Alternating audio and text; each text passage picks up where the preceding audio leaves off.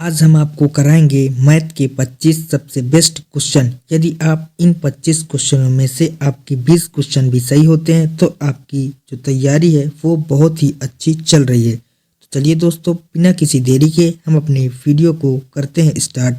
यदि आप चैनल पर नए हो तो चैनल को सब्सक्राइब ज़रूर करिएगा।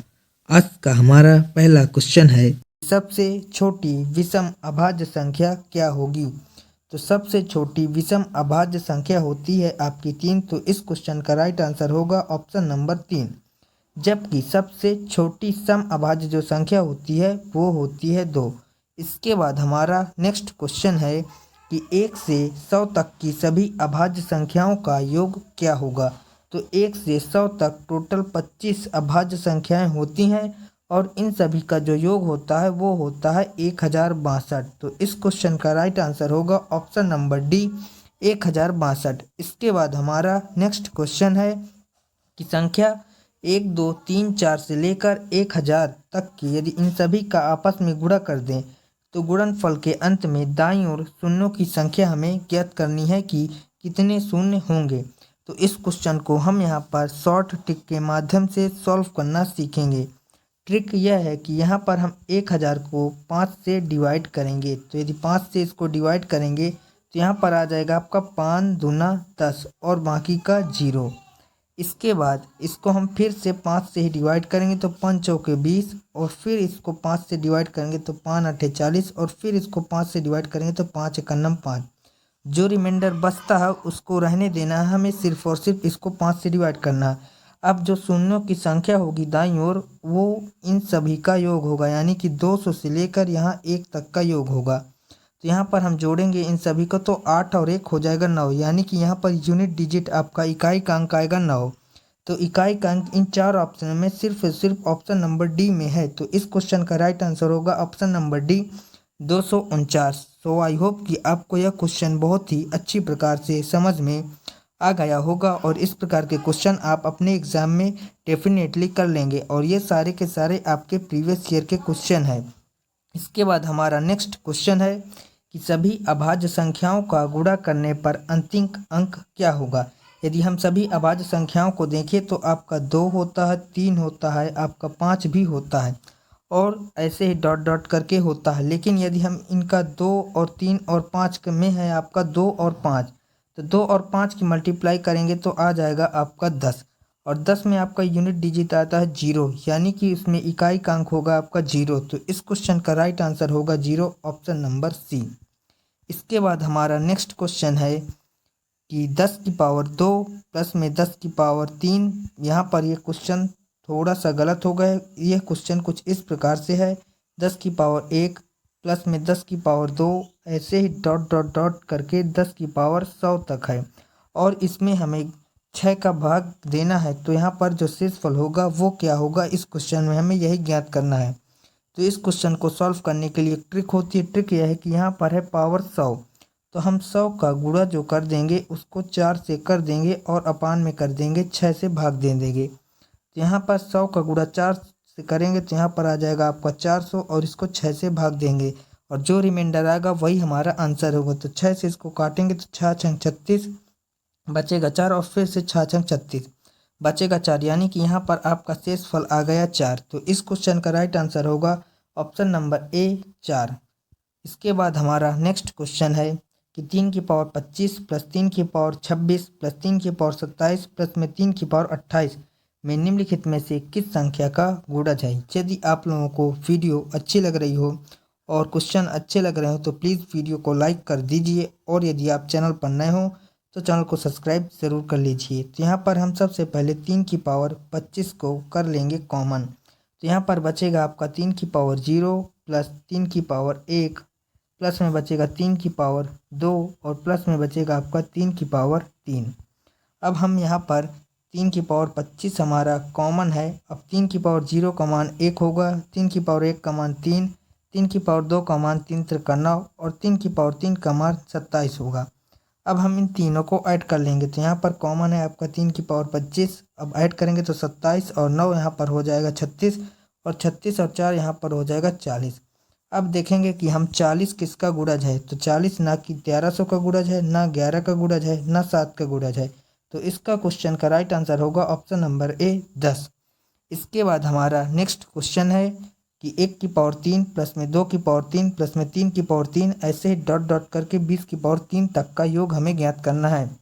तो प्रथम n का जो क्यूब का जो योग होता है उसके लिए फार्मूला होता है। फार्मूला आपका कुछ इस प्रकार से होता है n स्क्वायर n प्लस 1 का होल स्क्वायर और अपान में होता है 4। हम इस फार्मूले में यहाँ पर रख देंगे तो हमारा 1 से लेकर 20 तक के क्यूब का योग आ जाएगा। तो n का मान यहाँ पर हो जाएगा 20। तो यदि 20 का स्क्वायर करेंगे तो यहाँ पर आ जाएगा 400 और इंटू 20 के बाद 20 प्लस 1 तो 21 और 21 का स्क्वायर होता है यहाँ पर 441 और अपान में है यहाँ पर 4। अब इसको 4 से डिवाइड कर देंगे तो 4 एक का नाम हो जाएगा 4, यहाँ पर आ जाएगा 100। अब 441 है, अब यहाँ पर 2 जीरो हो, तो इस क्वेश्चन का राइट आंसर होगा ऑप्शन नंबर डी। इसके बाद हमारा नेक्स्ट क्वेश्चन है कि जब एक संख्या 234 से विभाजित होती है तो शेषफल 36 बचता है। यदि उस संख्या को 13 से विभाजित करने पर शेषफल क्या होगा। तो इस क्वेश्चन को सॉल्व करने के लिए ट्रिक है। ट्रिक यह है कि यहाँ पर जो शेषफल बचता है 36, इस 36 में हमें भाग कर देना 13 का और जो शेषफल आएगा वही हमारा आंसर होगा। तो यहाँ पर होता है आपका 13 दूना 26, 10 आपका रिमाइंडर बचता है। तो यानी कि यदि उस संख्या में 13 से डिवाइड करेंगे तो आपका 10 रिमाइंडर शेषफल होगा। तो इस क्वेश्चन का राइट आंसर होगा ऑप्शन नंबर सी 10। इसके बाद हमारा नेक्स्ट क्वेश्चन है कि 1 अपान में 1 गुणा 2 प्लस में 1 बटा 2 गुणा 3 ऐसे ही करके 1 अपान में 9 गुणा 10 है। तो इस क्वेश्चन को सॉल्व करने के लिए ट्रिक है। ट्रिक यह है कि अंतर और अपान में गुणा। तो सबसे पहले यहाँ पर हम लास्ट वाली संख्या और शुरू वाली संख्या का अंतर करेंगे। तो 10 में से 1 जाएगा तो यहाँ पर आ जाएगा आपका 9। अब इन दोनों का गुणा करने लेंगे तो 10 एकन्नम होता है 10। तो इस क्वेश्चन का राइट आंसर होगा 9 बटा 10, जो कि यहाँ पर हमारा ऑप्शन नंबर बी में है। तो आई होप कि आपको यह क्वेश्चन बहुत ही अच्छे प्रकार से समझ में आ गया होगा और इस प्रकार के क्वेश्चन आपको हर एग्जाम्स में देखने को मिल जाएंगे। इसके बाद हमारा नेक्स्ट क्वेश्चन है कि पहली 5 पूर्ण संख्याओं का गुणनफल है। तो पूर्ण संख्याएं आपकी 0 से लेकर इनफाइनाइट तक होती है, यानी कि 0, 1, 2, 3, 4 ऐसे ही कर करके पूरी इनफाइनाइट तक होती है। और यदि किसी भी संख्या में हम 0 का गुणा कर दें तो वह संख्या पूरी से 0 हो जाती है। तो इस क्वेश्चन का राइट आंसर होगा 0, ऑप्शन नंबर ए। इसके बाद हमारा नेक्स्ट क्वेश्चन है कि 411 गुणा 382 गुणा 764 गुणा 1256 में इकाई का अंक क्या होगा। तो यहाँ पर हम सिर्फ और सिर्फ इकाई के अंक का गुणा करेंगे। तो यहाँ पर इकाई का अंक है 6, 6 चौको 24, 24 में आपका इकाई का अंक होगा 4। इसके बाद इस 4 की गुणा हम इस वाले 2 से करेंगे तो 4 दूना 8, इकाई का अंक यहाँ पर हो जाएगा 8, 8 एकन्नम 8, तो यानी कि इकाई का अंक होगा यहाँ पर 8। तो इस क्वेश्चन का राइट आंसर होगा 8, ऑप्शन नंबर बी। इसके बाद हमारा नेक्स्ट क्वेश्चन है कि यदि 17 की पावर 200 को 18 से विभाजित किया जाता है तो शेषफल क्या होगा। तो यहाँ पर है आपका 17 की पावर 200 अपान में करना है 18। तो यदि हम 18 का डिवाइड 17 से कर देंगे तो यहाँ पर आपका माइनस का 1 रिमाइंडर बचेगा शेषफल। अब माइनस के 1 की पावर 200 करेंगे तो यहाँ पर आपका इवन नंबर है 200, तो यहाँ पर आएगा आपका प्लस का 1, यानी कि यदि हम 17 की पावर 200 को 18 से भाग देंगे तो रिमाइंडर आपका 1 बचेगा। तो इस क्वेश्चन का राइट आंसर होगा 1, ऑप्शन नंबर ए। कि एक चतुर्भुज है पी क्यू आर एस में कोण आर और कोण एस के समद्विभाजक बिंदु टी पर मिलते हैं। तो मान लेते हैं हमारा यह एक चतुर्भुज है जिसका नाम है पी क्यू आर और एस, और यहाँ पर आर और एस के कोण के समद्विभाजक कोण है। तो यहाँ पर ये है आर और ये है एस, तो इन दोनों का समद्विभाजक यहाँ पर टी बिंदु पर मिलता है और एस टी आर 32.5 डिग्री है। तो यानी कि एस टी और आर ये वाला कोण आपका 32.5 डिग्री है।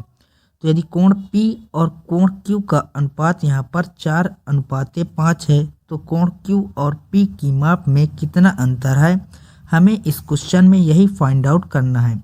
तो इस क्वेश्चन को हम विथ शॉर्ट ट्रिक से भी सॉल्व कर पाएंगे, वो भी हमारा ऑप्शन से। यहाँ पर देखें तो P और Q के बीच में 5 रेशियो का अंतर है, यानी कि जो भी आंसर होगा वो होगा 5 का मल्टीपल। तो 5 का मल्टीपल सिर्फ और सिर्फ ऑप्शन नंबर सी है। तो हमारा इस क्वेश्चन का राइट आंसर हो जाएगा ऑप्शन नंबर सी। फिर भी मैं इस क्वेश्चन के पीछे का कॉन्सेप्ट भी आपको बता देता हूँ। कॉन्सेप्ट यह है कि यहाँ पर जो कोण पी है और कोण जो क्यू है उनका अनुपात तो हमें पता है 4:9 है। तो यहाँ पर कोण पी और कोण क्यू का जो योग होता है वो कोण एस टी आर कोण का 2 गुना के बराबर होता है। तो यहाँ पर कोण पी है और यहाँ पर कोण क्यू है।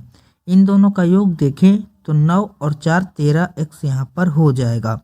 अब इसका जो योग होगा वो होगा कोण एस टी आर के 2 गुने के बराबर। तो कोण एस टी आर का मान है 32.5 डिग्री।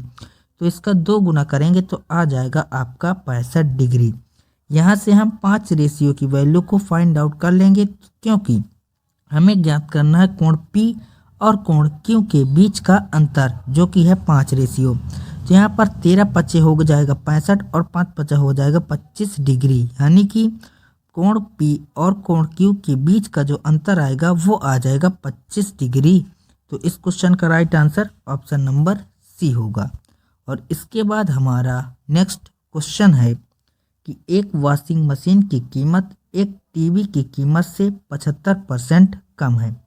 तो एक है आपकी वॉशिंग मशीन और एक है टीवी।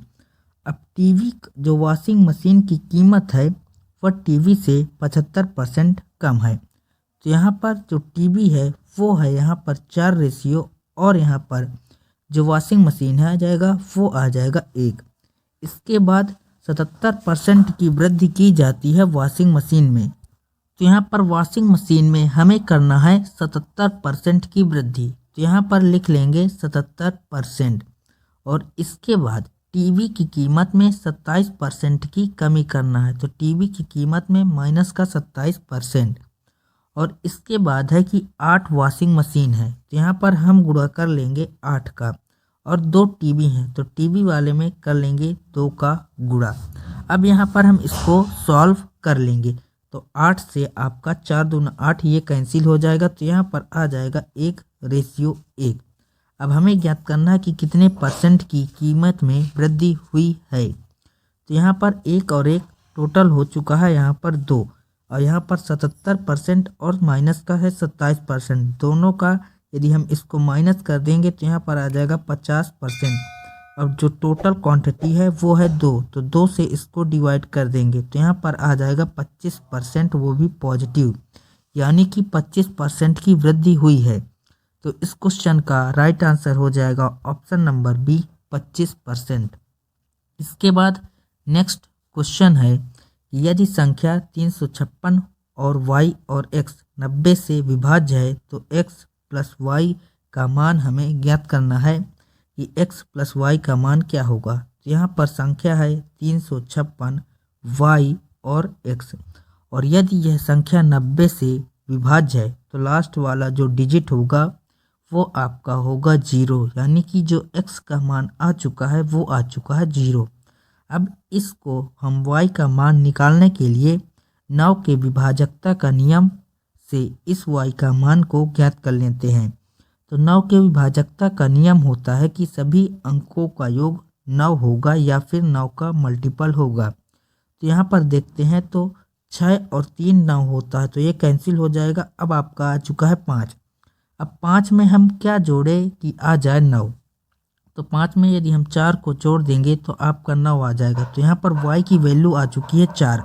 अब हमें x प्लस y का मान ज्ञात करना है। तो 4 और प्लस 0 को ज्ञात कर लेंगे तो आ जाएगा आपका 4। तो इस क्वेश्चन का राइट आंसर हो जाएगा ऑप्शन नंबर बी 4। और ये सारे के सारे आपके सिलेक्टेड और इम्पोर्टेंट क्वेश्चन हैं। नेक्स्ट क्वेश्चन है कि एक गोले का पृष्ठीय क्षेत्रफल ज्ञात कीजिए जिसका व्यास है 112 सेंटीमीटर। तो गोले का जो पृष्ठीय क्षेत्रफल का फॉर्मूला होता है वो होता है 4πr²। तो यहाँ पर 4 इंटू में आ जाएगा पाई का मान 22/7 इंटू में r²। यदि व्यास 112 है तो त्रिज्या इसकी आधी हो जाएगी, यानी कि 56 और इंटू में 56। अब इसको हम यूनिट डिजिट से सॉल्व कर लेंगे। तो 7 अट्ठे हो जाएगा 56। इसके बाद 6 की गुणा 8 में करेंगे तो 8 छंग 48, यूनिट डिजिट आ जाएगा 8। अब 8 की गुणा 2 से करेंगे तो 8 दूना हो जाएगा 16 और यूनिट डिजिट आ जाएगा 6। अब 6 की गुणा 4 से करेंगे तो 6 चौको 24, यूनिट डिजिट आ जाएगा 4। यानी कि जिस भी ऑप्शन के अंत में 4 होगा वही हमारा करेक्ट आंसर होगा। तो यहाँ पर ऑप्शन नंबर डी में है अंत में 4, तो यही हमारा आंसर होगा, यानी कि 39,424 सेंटीमीटर स्क्वायर इस क्वेश्चन का राइट आंसर हो जाएगा। और इसके बाद नेक्स्ट क्वेश्चन है, एक बेलन का वक्र पृष्ठीय क्षेत्रफल उसके संपूर्ण पृष्ठीय क्षेत्रफल का आधा है। तो यहाँ पर बेलन का वक्र पृष्ठ का फार्मूला होता है 2πr इंटू में h, और जो संपूर्ण पृष्ठीय क्षेत्रफल होता है उसका फार्मूला होता है 2πr h प्लस में r। अब यहाँ पर जो क्षेत्रफल का आधा है, यानी कि जो वक्र पृष्ठीय क्षेत्रफल, इसमें हम कर देंगे 2 का गुणा। तो यहाँ पर 2πr से 2πr आपका कैंसिल हो जाएगा। यहाँ पर आ जाएगा 2h बराबर में h प्लस में r। अब h इस तरफ आ जाएगा तो माइनस में हो जाएगा, और 2h में से एक h को माइनस कर देंगे तो यहाँ पर आ जाएगा h बराबर में r। यानी कि जो भी h का मान होगा वही r का मान होगा। तो यहाँ पर ऊंचाई है 128 सेंटीमीटर, तो त्रिज्या भी 128 सेंटीमीटर होगी। तो इस क्वेश्चन का राइट आंसर हो जाएगा ऑप्शन नंबर सी, 128 सेंटीमीटर। और इसके बाद नेक्स्ट क्वेश्चन है कि एक डेस्क का अंकित मूल्य है 7725, इसके क्रय मूल्य में 45% अधिक है।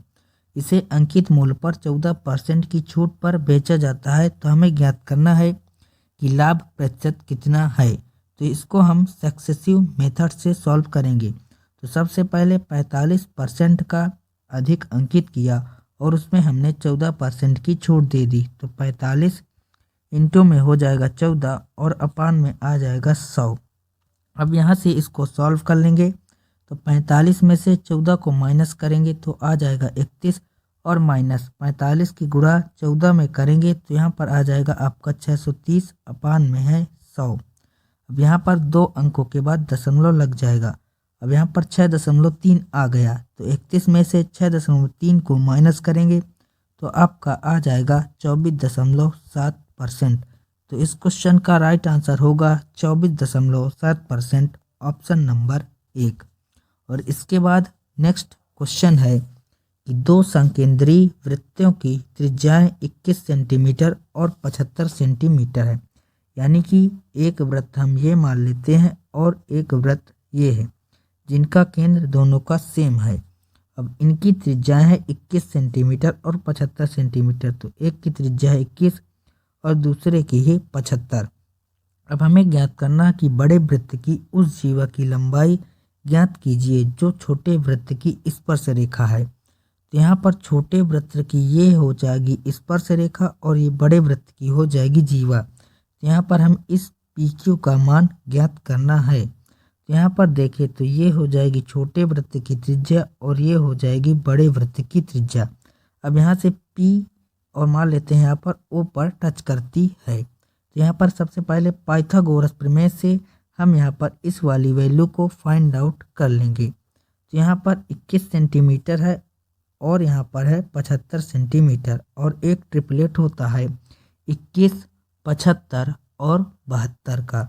यानी कि जो ये P और O का मान आ जाएगा वो आ जाएगा 72 सेंटीमीटर। अब हमें PQ का मान ज्ञात करना है, तो ये इसको समविभाजित करता है तो ये भी आ जाएगा 72। तो 72 और 72 हो जाएगा 144 सेंटीमीटर। यानी कि जो जीवा होगी उसका जो लंबाई होगी वो आ जाएगी 144 सेंटीमीटर। तो इस क्वेश्चन का राइट आंसर होगा 144 सेंटीमीटर। यहाँ पर आपके ऑप्शन रॉन्ग हैं। और इसके बाद नेक्स्ट क्वेश्चन है कि एक बिस्तर को 8845 में बेचने पर लाभ मूल्य से 1987 में बेचने पर हुई हानि मूल्य से 25% अधिक है। यदि 20% का लाभ प्राप्त करने के लिए विक्रय मूल्य हमें ज्ञात करना है। तो यहाँ पर हमें 20% का प्रॉफिट प्राप्त करने के लिए हमें विक्रय मूल्य को फाइंड आउट करना है। तो इस क्वेश्चन को हम यहाँ पर यूनिट डिजिट से सॉल्व करेंगे। मान लेते हैं यहाँ पर कोई भी कॉस्ट प्राइस है, उस पर हमें चाहिए 20% का प्रॉफिट, तो हम इसको बेचेंगे 120% में। अब यहाँ से हम इसको यूनिट डिजिट से सॉल्व कर लेंगे। तो यहाँ पर 20 से काटेंगे तो 20 छक्का 120 और 20 पंचे 100। मान लेते हैं यहाँ पर कोई संख्या और वो 5 से भी विभाजित हो जाती है। अब यहाँ पर हम 6 का मल्टीपल देख लेते हैं कि चारों ऑप्शन में कौन सी संख्या 6 का मल्टीपल है। तो यहाँ पर ऑप्शन नंबर 1 में है 6042, जो कि आपका 6 का मल्टीपल है। इसके बाद है दूसरा ऑप्शन 6029, जो कि 6 का मल्टीपल नहीं है। 6044 ये भी 6 का मल्टीपल नहीं है, और 6043 ये भी 6 का मल्टीपल नहीं है। तो इस क्वेश्चन का राइट आंसर हो जाएगा ऑप्शन नंबर 1 6042। और इसके बाद हमारा आज का लास्ट क्वेश्चन है कि 22 फरवरी 2024 को जमा की गई राशि 23 अप्रैल 2024 को निकाली गई 4000 की राशि पर 6.75% वार्षिक ब्याज दर से साधारण ब्याज ज्ञात करना है। तो साधारण ब्याज का फार्मूला होता है मूलधन इंटू में दर इंटू में समय अपान में 100। लेकिन यहाँ पर समय 22 फरवरी से 23 अप्रैल तक का ज्ञात करना है। तो यहाँ पर 2024 है, जो कि लीप ईयर होगा, तो यहाँ पर फरवरी का महीना 29 का होगा। तो यहाँ पर आपका आ जाएगा 9 दिन, यानी कि फरवरी में आपका आ जाएगा यहाँ पर 9 दिन। तो यहाँ पर आ गया 9 दिन, प्लस में मार्च 31 का होता है और अप्रैल 23 का, तो यहाँ पर लेंगे 22 दिन, तो टोटल हो जाएगा आपका 61 दिन। तो यहाँ पर टोटल दिनों की संख्या आ चुकी है 61। अब यहाँ से हम साधारण ब्याज को फाइंड आउट कर लेंगे। तो साधारण ब्याज होता है मूलधन, तो मूलधन यहाँ पर है 4000 इंटू में दर, तो दर होता है 6.75।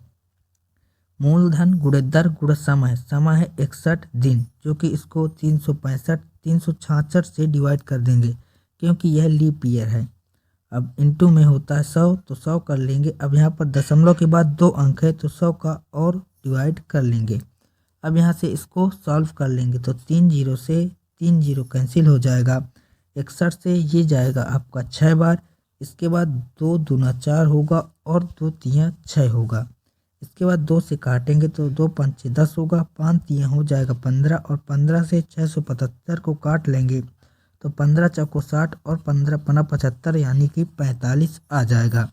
तो इस क्वेश्चन का राइट आंसर हो जाएगा 45, ऑप्शन नंबर ए। और यदि आपको इस क्वेश्चन का आंसर आता हो तो हमें कमेंट बॉक्स में ज़रूर बताएं। क्वेश्चन है कि किन्हीं दो भिन्न अभाज्य संख्याओं का HCF यानी कि महत्तम समापवर्तक ज्ञात कीजिए। तो किन्हीं दो भिन्न अभाज्य संख्याओं का जो HCF होता है वो हमेशा 1 होता है। इस बात को आपको हमेशा ध्यान में रखना है। फॉर एग्जाम्पल हम इसको एग्जाम्पल के माध्यम से भी समझ सकते हैं। तो मान लेते हैं एक अभाज्य संख्या 5 है और दूसरी 7 है, और यदि इन दोनों का HCF ज्ञात करेंगे तो वो हमारा 1 ही आएगा। इसको हम दूसरे एग्जाम्पल से भी समझ सकते हैं, जैसे कि पहली जो अभाज्य संख्या है वो है 23 और दूसरी जो अभाज्य संख्या है वो है यहाँ पर 29। अब इन दोनों का यदि हम HCF को फाइंड आउट करें कि HCF क्या होगा, तो इन दोनों संख्याओं का HCF हमेशा 1 ही होगा। इसके बाद हमारा नेक्स्ट क्वेश्चन है कि एक समांतर चतुर्भुज PQRS में, तो हम सबसे पहले एक समांतर चतुर्भुज बना लेते हैं और इसका नाम है PQR और S, और कोण P और कोण Q के क्रमागत कोणों के समद्विभाजक T पर प्रतिच्छेद करते हैं। तो यहाँ पर कोण P का समद्विभाजक कोण और कोण Q का समद्विभाजक कोण यहाँ पर T पर प्रतिच्छेदित करते हैं। आपको एक बात पता होगी कि समांतर चतुर्भुज में संगत कोणों का योग होता है 180, यानी कि कोण P और कोण Q का योग होगा 180। तो यहाँ पर इसके दो समद्विभाजक कोण है, तो यहाँ पर इस कोण का मान हो जाएगा आपका 90 डिग्री और इस वाले कोण का भी मान हो जाएगा 90 डिग्री। अब हमें ज्ञात करना है कोण PTQ का मान। कोण PTQ का मान इस कोण का नाम भी 90 डिग्री हो जाएगा। क्योंकि त्रिभुज के तीनों कोणों का योग होता है 180। तो इस क्वेश्चन का राइट आंसर हो जाएगा ऑप्शन नंबर बी 90 डिग्री। और इस क्वेश्चन के बाद नेक्स्ट क्वेश्चन है कि श्रीनिवास ने हाल ही में अपने से 4 वर्ष छोटी लड़की से शादी की। तो मान लेते हैं श्रीनिवास की जो आयु है वो है x वर्ष और जो लड़की की आयु है वो है y वर्ष। अब इन दोनों का डिफरेंस यहाँ पर दिया गया है 4 वर्ष। इसके बाद 5 वर्ष के बाद उनकी आयु का योग 66 वर्ष हो जाता है। तो 5 वर्ष के बाद उनका योग है 66 वर्ष। तो 5 वर्ष पहले होगी उनकी वर्तमान आयु। तो दोनों की 5-5 वर्ष वर्तमान आयु को घटा देंगे तो आ जाएगा 66 में से 10 को माइनस कर देंगे तो आ जाएगा 56 वर्ष, जो कि इनकी वर्तमान आयु का योग हो जाएगा। अब यहाँ से हमें निकालना है कि उस लड़की की वर्तमान आयु क्या है। तो लड़की की वर्तमान आयु को ज्ञात करने के लिए इन दोनों का डिफरेंस लेकर उसका कर देंगे 2 से डिवाइड। तो 56 में से 4 जाएगा तो आपको मिलेगा 52 और 52 की डिवाइड 2 से कर देंगे तो आ जाएगा 26 वर्ष। यानी कि जो उस लड़की की वर्तमान आयु होगी वो होगी 26 वर्ष। तो इस क्वेश्चन का राइट आंसर होगा ऑप्शन नंबर सी 26 वर्ष।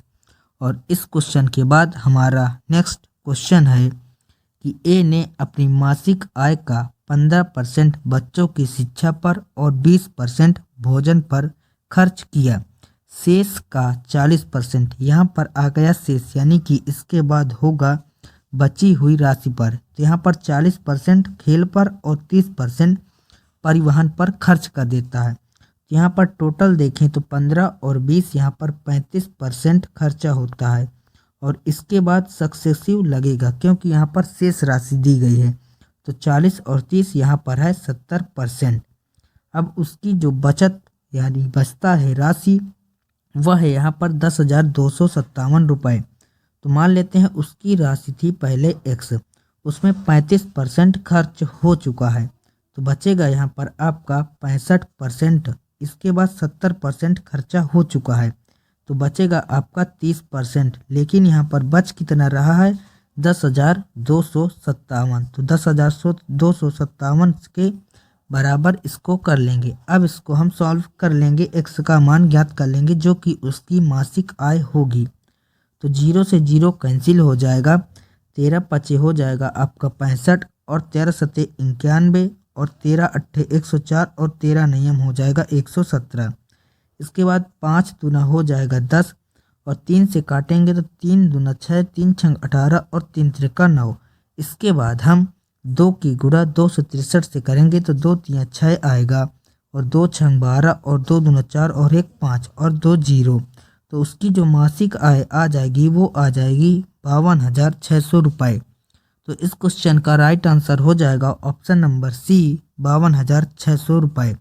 सो आई होप कि आपको यह क्वेश्चन बहुत ही अच्छी प्रकार से समझ में आ गया होगा और ये सारे के सारे आपके शिफ्ट 18 शिफ्टें जो हुई है उनका फुल निचोड़ है और ये क्वेश्चन आपको हर तीसरी चौथी शिफ्ट के बाद देखने को मिलेंगे। और इसके बाद हमारा नेक्स्ट क्वेश्चन है कि दो संख्याओं का HCF और LCM क्रमशः 12 और 360 है। तो यदि संख्याओं का योग 132 है तो उनके व्युत्क्रमों का योग क्या होगा। तो इसका आप डायरेक्ट आंसर लगा सकते हैं 132 अपान में 12 और इंटू में 360। तो 12 से 132 को काट लेंगे तो जाएगा 11 बार। तो इस क्वेश्चन का राइट आंसर हो जाएगा 11 अपान में 360, जो कि हमारा यहाँ पर ऑप्शन नंबर 1 में है। फिर भी इसके पीछे का मैं आपको कॉन्सेप्ट बता देता हूँ कि ये किस प्रकार आया है। तो यहाँ पर मान लेते हैं कि पहली संख्या हमारी है x और दूसरी संख्या है y। अब इनके व्युत्क्रम हो जाएंगे 1/x और 1/y और यहाँ से हमें व्युत्क्रमों का योगफल ज्ञात करना है। तो इन दोनों का जो LCM आएगा वो आ जाएगा x और y। यहाँ से हम x का डिवाइड करेंगे तो यहाँ पर आ जाएगा x प्लस में y। यहाँ पर आएगा x प्लस में y अपान में x इंटू वाई। यही होता है व्युत्क्रमों का योगफल। यहाँ पर x प्लस वाई जो कि संख्याओं का योगफल है, जो कि हमारा 132 है और हमने भी यहाँ पर 132 ही लिया है। और यहाँ पर x इंटू वाई जो कि आपका एलसीएम इंटू एचसीएफ का गुणनफल है। हमें ज्ञात है कि एलसीएम और एचसीएफ का गुणनफल संख्याओं के गुणनफल के बराबर होता है।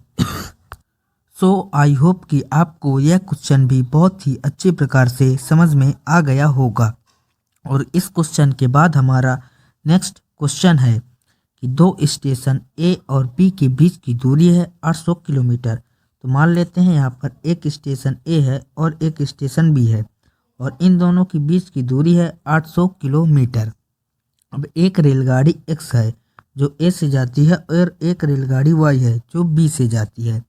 तो जो एक्स रेलगाड़ी है वो ए से शुरू होती है और 40 किलोमीटर पर आवर की स्पीड से जाती है। तो जो इसकी चाल है वो है 40 किलोमीटर पर आवर।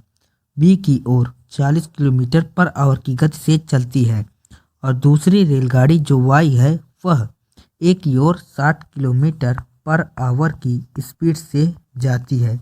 अब हमें ज्ञात करना है कि ए से कितनी दूरी पर वह एक दूसरे को पार करेंगे।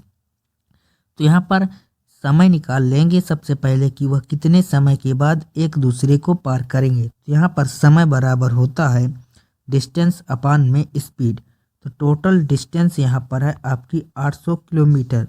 अब इनकी रिलेटिव जो स्पीड होगी वो होगी इन दोनों की स्पीड का योग, क्योंकि ये दोनों है विपरीत दिशाओं में। तो इन दोनों का योग हो जाएगा 100 किलोमीटर पर आवर। तो उसकी डिवाइड कर देंगे 100 से, तो यहाँ पर आ जाएगा 8 घंटे, यानी कि वो दोनों रेलगाड़ियाँ 8 घंटे के बाद एक दूसरे को पार करती हैं। लेकिन हमें ज्ञात करना है कि ए से उसकी कितनी दूरी है। तो यहाँ पर 8 घंटे रेलगाड़ी ए चलती है तो इसका दूरी निकाल लेंगे, जो कि 40 किलोमीटर पर आवर की गति से चलती है एक्स रेलगाड़ी। तो 8 चौके हो जाएगा 32, यानी कि 320 किलोमीटर। तो 320 किलोमीटर के बाद वो एक दूसरे को पार करेंगे। तो इस क्वेश्चन का राइट आंसर होगा ऑप्शन नंबर बी, 320 किलोमीटर। और इस क्वेश्चन के बाद हमारा नेक्स्ट क्वेश्चन है कि एक बाल्टी में दूध और पानी का मिश्रण है 7:5 और यदि 9 लीटर दूध को पानी में बदल दिया जाए तो अनुपात हो जाता है 7:9। अब हमें ज्ञात करना है कि शुरुआत में जो बाल्टी में कितना दूध था। तो यहाँ पर हम देखें तो यहाँ पर जो है टोटल देखें, क्योंकि यहाँ पर 9 लीटर दूध को मिलाया गया है और यहाँ पर पानी में बदल दिया गया है, यानी कि 9 लीटर माइनस किया गया और 9 लीटर प्लस किया गया, यानी कि इसके टोटल जो धारिता है उसमें कोई प्रभाव नहीं पड़ेगा। यहाँ पर टोटल देखें तो 7 5 होता है 12 और यहाँ पर टोटल देखें तो 9 7 हो जाता है 16। तो इसको हम सबसे पहले बैलेंस कर लेंगे। तो यहाँ पर ऊपर की तरफ 4 का गुणा और नीचे की तरफ 3 का गुणा कर लेंगे। तो 4 सते हो जाएगा आपका 28 रेशियो, इसके बाद आपका आ जाएगा 4 पंचे 20 और 3 की गुणा कर लेंगे तो 3 सते 21 और रेशियो, इसके बाद 3 9 27। अब यहाँ पर हमने देखा तो पानी के रेशियो में यहाँ पर 7 रेशियो बढ़ चुका है, क्योंकि हमने पानी मिलाया है। तो 7 रेशियो की वैल्यू है यहाँ पर 9 लीटर। अब हमें ज्ञात करना है कि शुरुआत में बाल्टी में कितना दूध था। तो शुरुआत में यहाँ पर है आपका 28 रेशियो। तो 28 रेशियो का हम यहाँ पर मान ज्ञात कर लेंगे। तो 28 रेशियो का मान हो जाएगा 9/7 इंटू में आ जाएगा 28। तो 7 चौके हो जाएगा 28 और 9 चौके हो जाएगा 36, यानी कि शुरुआत में जो दूध का मान है वो है 36 लीटर। तो इस क्वेश्चन का राइट आंसर होगा ऑप्शन नंबर 3, 36 लीटर।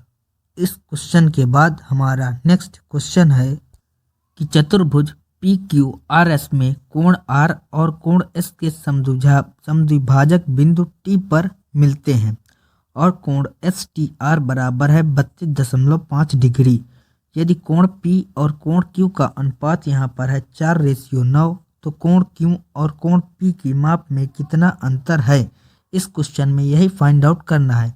तो यहाँ पर इस क्वेश्चन को हम बाई ऑप्शन से भी उड़ा सकते हैं। वो कैसे? यहाँ पर P और Q का रेशियो है 5 और 4। यदि हम इन दोनों के बीच का डिफरेंस देखें तो यहाँ पर है 5 रेशियो, यानी कि जो भी इसका अंतर होगा वो 5 का मल्टीपल होगा। तो ना तो 24 5 का मल्टीपल है, ना ही 27 और ना ही 28, यहाँ पर 25 आपका 5 का मल्टीपल है, तो यही हमारा करेक्ट आंसर हो जाएगा। आइए हम इसके पीछे के कॉन्सेप्ट को भी समझ लेते हैं। तो यहाँ पर मान लेते हैं कि ये आपका एक चतुर्भुज है जिसका नाम है पी क्यू आर और एस। यहाँ पर कोण आर और कोण एस के समद्विभाजक हैं, तो कोण आर का हम यहाँ पर समद्विभाजक खींचते हैं और कोण एस का समद्विभाजक खींचते हैं, जो कि यहाँ पर मिलता है टी पर। अब यहाँ पर जो इस टी का मान है वो है 32.5 डिग्री। तो इसका कॉन्सेप्ट ये होता है कि कोण पी और प्लस में कोण क्यू का मान जो है वो बराबर होगा एस टी आर, यानी कि कोण एस टी आर के 2 गुने के बराबर होगा। तो 2 का गुणा करेंगे 32.5 डिग्री में, तो यहाँ पर आपका आ जाएगा 32.5 डिग्री में 2 का गुणा करेंगे तो आ जाएगा आपका 65 डिग्री। अब कोण पी और कोण क्यू को जोड़ेंगे तो 5 और 4 आ जाएगा 9 रेशियो, 9 4 13 रेशियो यहाँ पर आ जाएगा, क्योंकि पी और क्यू का यहाँ पर रेशियो है 4 और 9 का, तो यहाँ पर आ जाएगा आपका 13 रेशियो। तो यहाँ से हम इन दोनों के बीच का डिफरेंस है 5 रेशियो, तो 5 रेशियो की वैल्यू आ जाएगी आपकी 25 डिग्री। तो इस क्वेश्चन का हमारा राइट आंसर क्या हो जाएगा? 25 डिग्री, ऑप्शन नंबर सी। तो आज के हमारे 25 क्वेश्चन कंप्लीट होते हैं। आपके इन 25 क्वेश्चनों में कितने क्वेश्चन सही हुए ये हमें कमेंट बॉक्स में ज़रूर बताइएगा। वीडियो अच्छी लगी हो तो वीडियो को लाइक, चैनल पर सब्सक्राइब और अपने दोस्तों के साथ इस वीडियो को शेयर जरूर करिएगा। मिलते हैं नेक्स्ट वीडियो में, तब तक के लिए जय हिंद, वंदे मातरम।